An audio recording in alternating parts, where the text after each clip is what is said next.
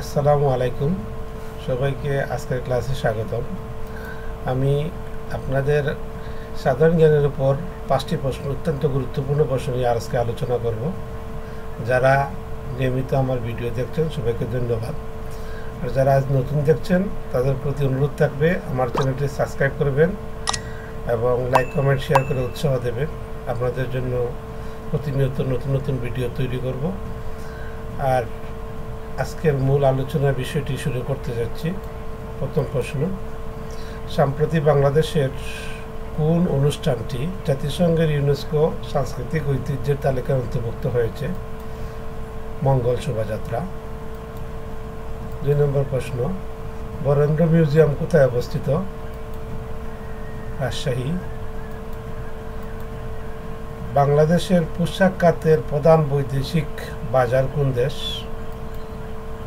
যুক্তরাষ্ট্র। বাংলা ভাষাকে দেশের দ্বিতীয় ভাষার মর্যাদা দিয়েছে কোন দেশ? Sierra Leone. খাসি উপজাতি বাংলাদেশের কোন অঞ্চলে বাস করে? সিলেট। ধন্যবাদ সবাইকে।